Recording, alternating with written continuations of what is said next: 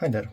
In this video I'm going to be changing the foam, the non-existing foam and also the dust caps, what's left of them, on these two old Tonsil speakers from Unitra boxes. I have no clue how. Tonsil drivers from Unitra speakers. I think that's better use of terminology there.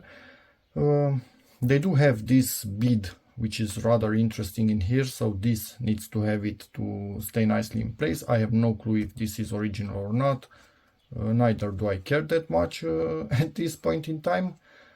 So let's see how this goes. A separate video will be linked in the description where I repair the speaker boxes themselves and change the caps in the filters, and another video where I repair and actually completely recone the mid-range speakers.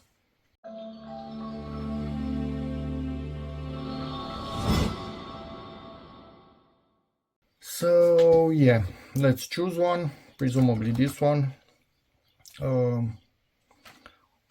Something else that I might want to do at the end of the day is just use a bit of black dye to make this a bit darker, because it's kind of lightened itself over time. It was supposed to be way darker, as the back of it shows. It's not that anymore, is it? But yeah, that will be maybe at the end of the video, and see how everything works until then. Hopefully we don't end up with a full recone by then. I don't plan on doing that, but you never know how things develop. Yeah, first thing that I really want to do before removing the dust cap is get rid of all of this old foam, and it's not going away. So it's just brittle enough that it's decomposed, but not decomposed enough that you can just brush it off. I am wearing through it with this, but not at any rate that I would consider normal. So I'm just going to put alcohol and let it soak, but I do not want to put alcohol on this, on the other side. So in here, still the brush will be the way to go. And actually in here it seems it's kind of doing, I think, enough. Yeah, it's doing enough. It's actually removing it enough, but it will take a huge amount of time. I might also just slowly poke at it with a tool like this first and then go to the brush. I want to get rid of as much as I can from here without damaging the pepper cone itself. That would really freaking suck. And again, I don't want to use alcohol on this because it would just make spots and change the color, and I don't like that.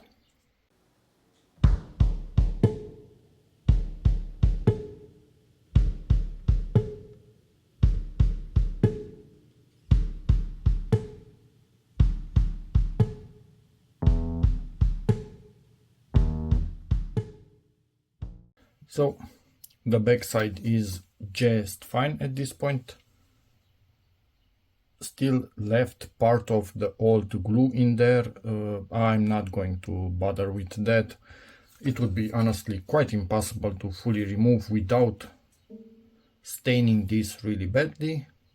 Throwing this on the Lazy Susan made from an old hard drive platter and motor. And yeah, I'm just going to be putting some alcohol on this all around. Hopefully it will, it's just 99% alcohol, nothing special about it. Again, I don't want this to be touching the cone. So left the 99% alcohol work its way in for about, I don't know, 10-15 minutes, and just kept it moist all the time. As you can see, did a trial right there and it's coming off perfectly. And I use alcohol and not stronger things because it cannot really damage anything in here. It's not strong enough. But for this particular glue that the surround is glued with, this is way more than enough. So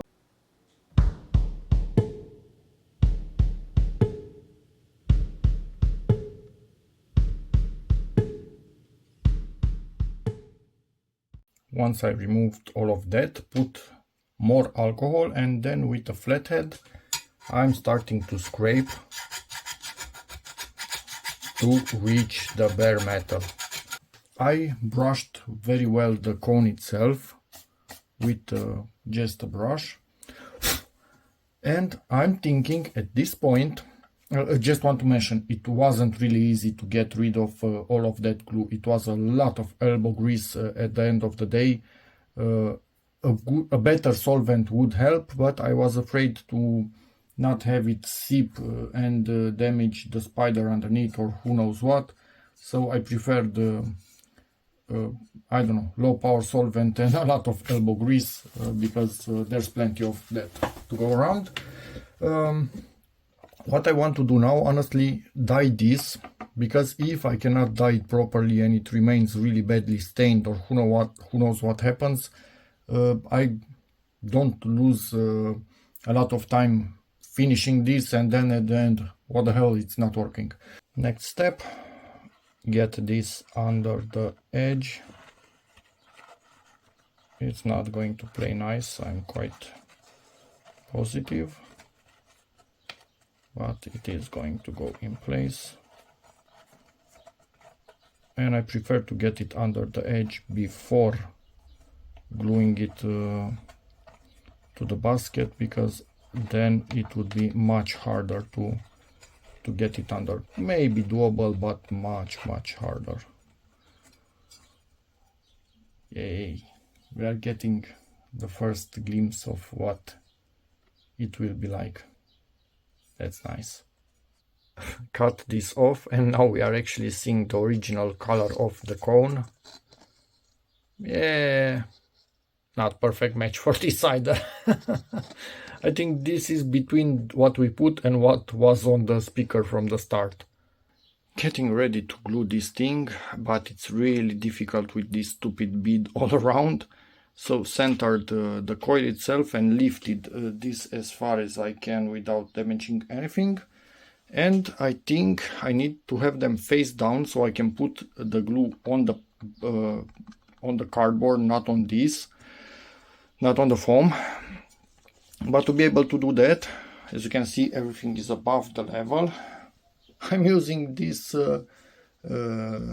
Jamo, not sure how it's called, speaker that also needs a Refoam.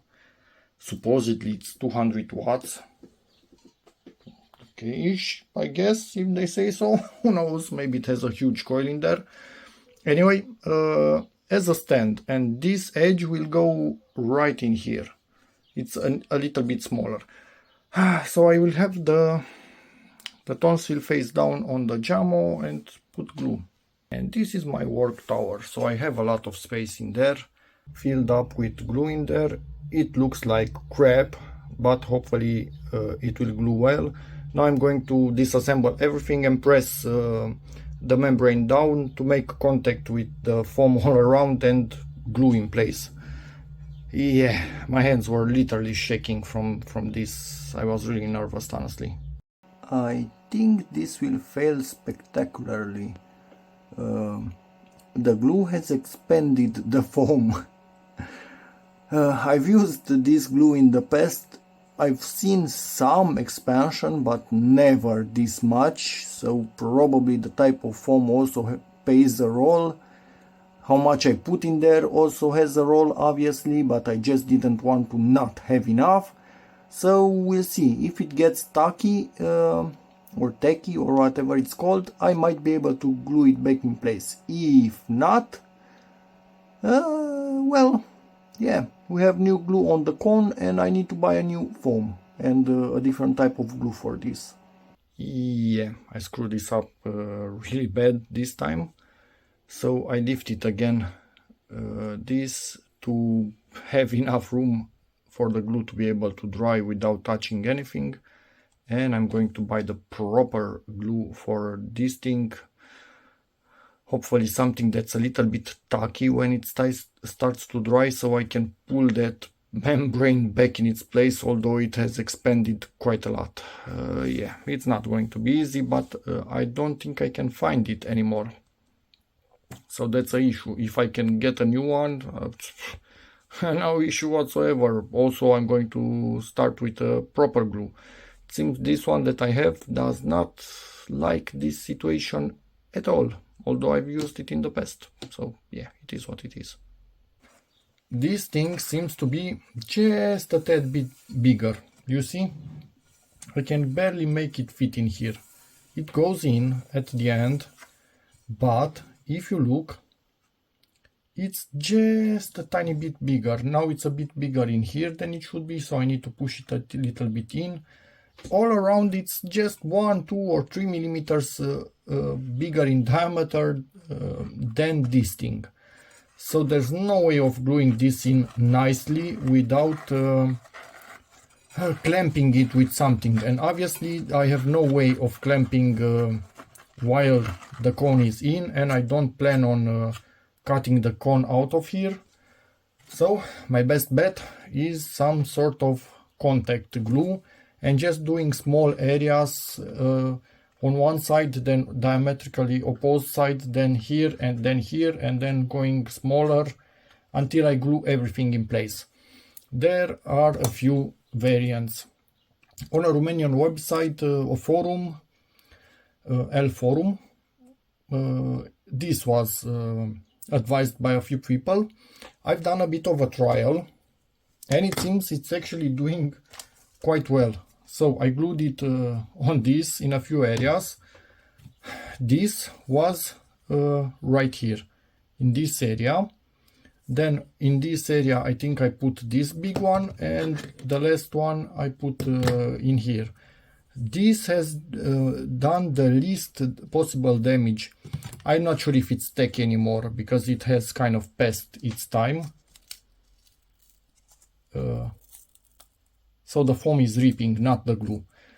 So this seems to be the, yeah, it's ripping all the way. So the glue is stronger than the foam.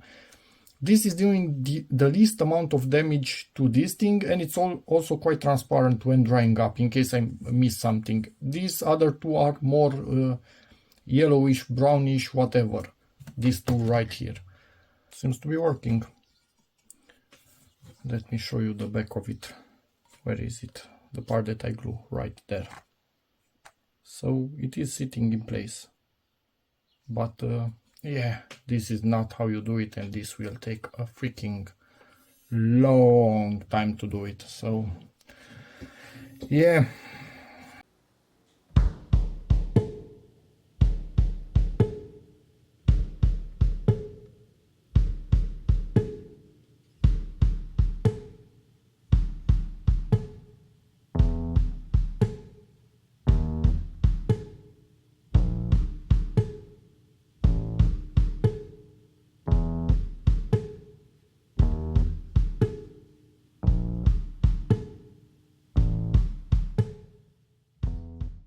I freaking did it. And considering that this thing just did not properly fit, and you can see that by the fact that now it's actually smaller than the diameter of this. So for it to fit under this bead all around the edge, whatever you want to call it, I actually needed to press it to gather it, all of it together. So yeah. And if I put this one on top, this one is actually larger now. So yeah, either this, something happened to it over time, or the cone, or maybe just 40 years apart from when this was made to this, or 35 years, whatever. Managed to do it. It's not 100% clean as I would have liked, but I want to do now something. So the back of it, it's glued in place, it's not moving anywhere. I'm still going to put just a tiny bit of glue right here at the edge to be sure that it cannot start to peel off somehow, although this is contact glue. when this is set, this is set. It's not moving anywhere. As you could see, actually rips this apart instead of it breaking. But anyway, I want to be 100% sure. I'm not planning on opening these things up any day now. And to test that, I'm thinking of just doing a bead all around this.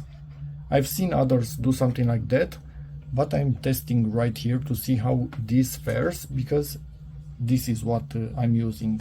It's a foam guard that's actually glue. I will link it in the description. So I want to see how it dries and how it looks, and if it cracks or anything. It shouldn't be able to crack, but I want to check first before destroying this. And if you are thinking, why don't I put something like this? This no way, because it's brownish. If I put this, when it hardens, it actually creates some bubbles. So I would just have a row of ugly bubbles all around it. In theory, this thing dries up nicely and completely transparent. So we will just have something a bit shiny in there, which is absolutely normal. Again, I've seen others do stuff like this online right at the edge of where foam meets cone. So it's not abnormal to say like that, but I would have preferred not to have it, but anyway, it is what it is.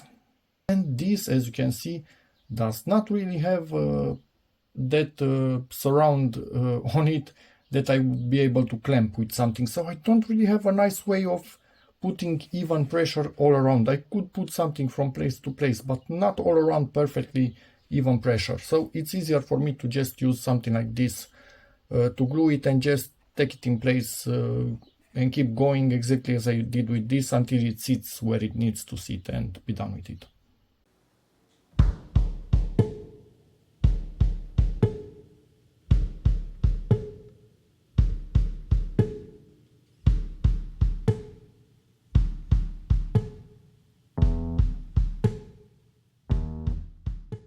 As you could see, for about 10 minutes, I think I kept pressing on this to make sure it's gluing perfectly. And it did. It actually went better than expected. If it would have a simple surround on it, how is that? Is that called? I have no freaking clue how it's called. Anyway, gasket. I think it's gasket. Yeah, that's the term. If it would have a gasket, I would simply crimp it and be done with it. But like this, I needed to make sure that this does not lift off anymore. And it does not. And now I will let it fully dry and then put that bead. So I put the bead of glue on the back of this just because nothing lined up properly when I glued this. So I don't want to risk this thing coming apart ever over the years of playing music. Something else that's telling me something might not be right. I cleaned one of these aluminum surrounds, and this is barely fitting in it. Honestly, it's at the limit. And if I look on the old speaker, you can see clearly the aluminum was way deeper in it, so this was not as close to the aluminum. So these surrounds are a bit off, but I need to make them work. Also put a bit of this glue, the nice one, because we are on the front at this point, right on the edge all around, and where it's beginning to dry up, like this for example, it's almost going to not be visible, but it will prevent this thing from starting to come off from the edge. I'm just covering all the options here.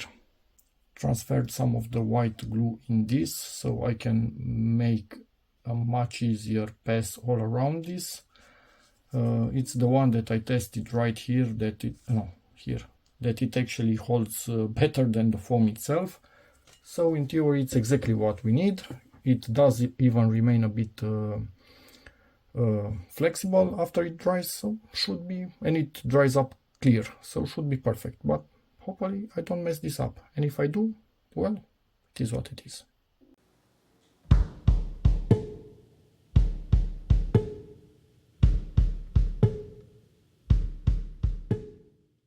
Yep, I can live with this. It's not 100% dry, as you can see it still has to dry here, but 99% is already dried. And what I want to do now to not have to change this anytime soon is use this foam guard and basically coat this to seal it.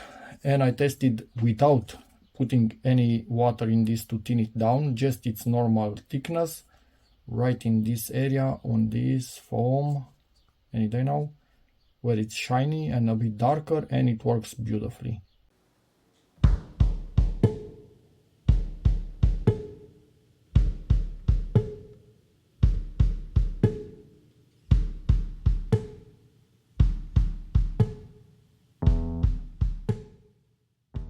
And I think that's about it. Now I will just let it dry.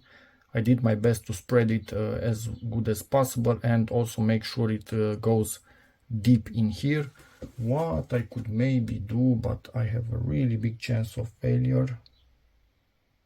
I've put it also on the back in paper surrounds from speakers, because I want also protect the back from fraying apart in all speakers. But this one, I think front is protected, back is normally in the case, so less exposed to any sort of elements. And as you can see here, it also made it a bit darker, so it looks better on the speaker. More close to this. So what we need to do now, get this thingy off, and hopefully it stays centered, otherwise that would really suck. Yeah, it's centered. Quite well centered. Now we just need to use this thingy to glue a dust cap in place. Yep, we are good. 8-ohm speaker.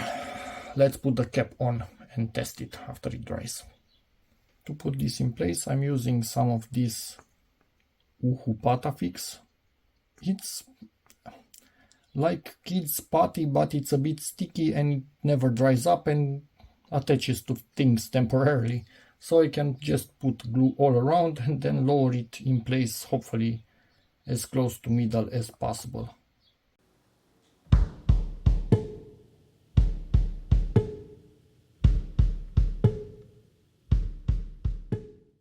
That was perfect. Now what you want to do, something of decent weight, put it right on top of this thingy to make it stay down pressed. While that one dries, I'm going to do exactly the same treatment from start to finish to this second one. And here you can see from what we started and where we ended up with. Not perfect again, but I think it will work.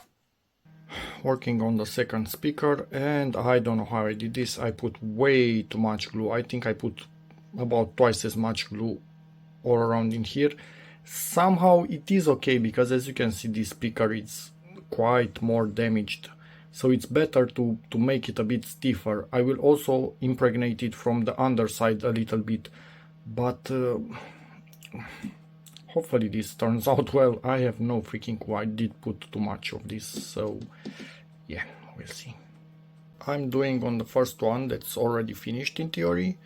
I'm going to impregnate this a little bit with some of this wood glue, but just slightly, just a somewhat thin layer on it. I don't want to put too much in here, because I don't want it going through the paper and showing up on the other side, because normally you would want to do something like this before repainting the cone. So I was dumb and I didn't realize that yes, they are quite affected in some areas, so it's better to stiffen them just a little bit so they don't destroy themselves when playing.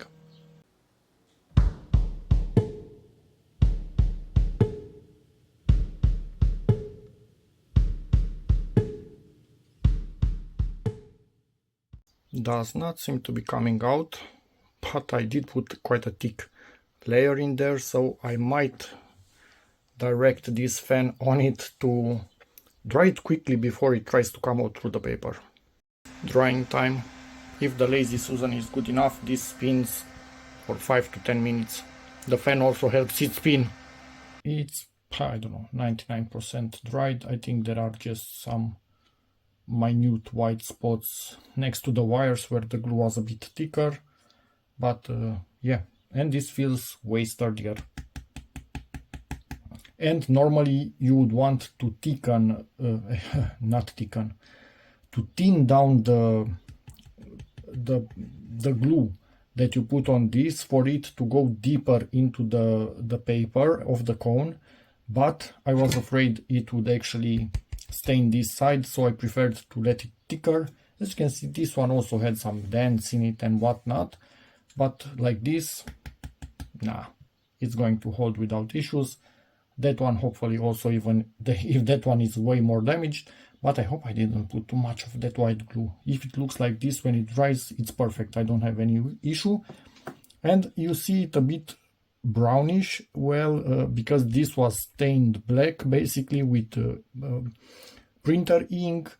It seems somehow it reacts with the glue and gets a bit brownish when it's drying in this area also. Do I care about that? Absolutely not. It's doing what it needs to be doing, and it's looking way better than what it used to look like when we started. And they are freaking done. It was a lot of work, needed to do some questionable things to them, but at the end of the day, perfectly centered, both of them, no matter where you press, no rubbing at all. Don't look 100% perfect. I needed to strengthen this cone on the underneath because you can see all of the marks. This one was more abused than this one, but yeah, overall I think they are perfectly fine working speakers. So let's give them just a quick test and see. So let's get ready to give these things a play. I was highly unimpressed by the mid-ranges of this particular Altus, Unitra or Tineret 75 watt speakers, whatever they are called, but the bass, I think it's a completely different story. I listened to it a bit before starting to film, and I will show you. This is what we'll be playing.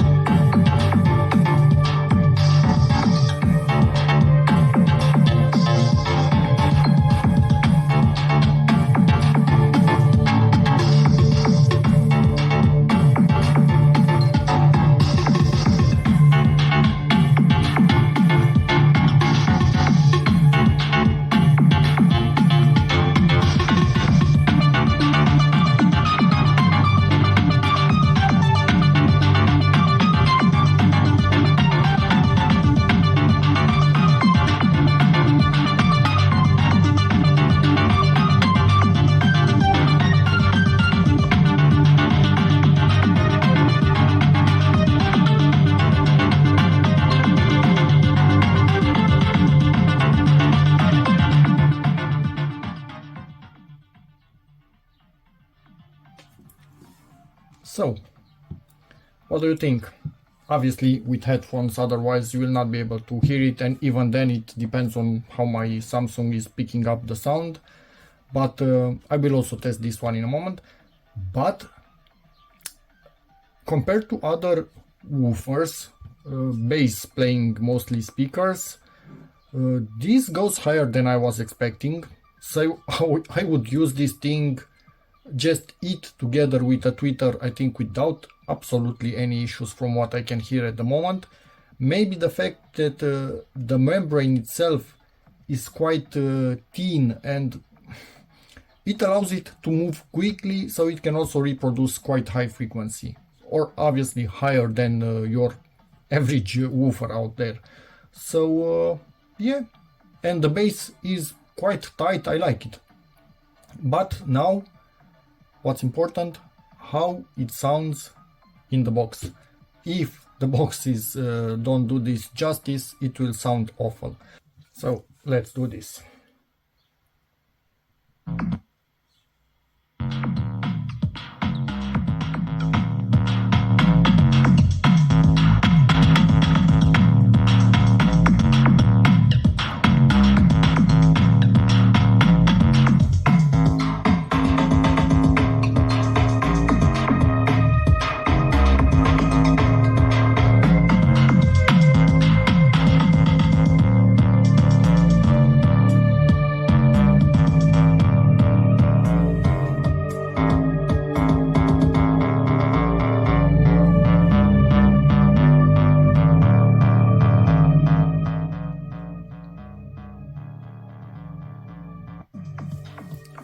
Yeah, so I think we did what we set out to do. Refurbished, repaired these two speakers, did not change the cone, managed to save it, although it was in pretty bad shape due to the age and what people did to it when bending it in weird places. But it's working absolutely perfectly. I like these things, they seem to sound good. We'll see when we put them in the box.